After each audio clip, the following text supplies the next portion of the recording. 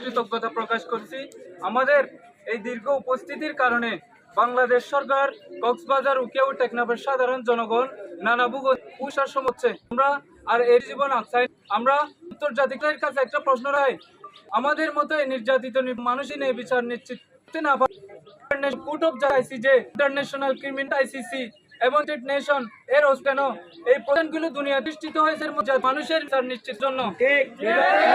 তাহলে কেন আমাদের যুগে যুগ পেরিয়ে গিয়ে কোনো প্রত্যেক সমাধান হয় নাই? We want a solution. Don't live like the refugees. Please continue this story. Generation after generation here as a refugee.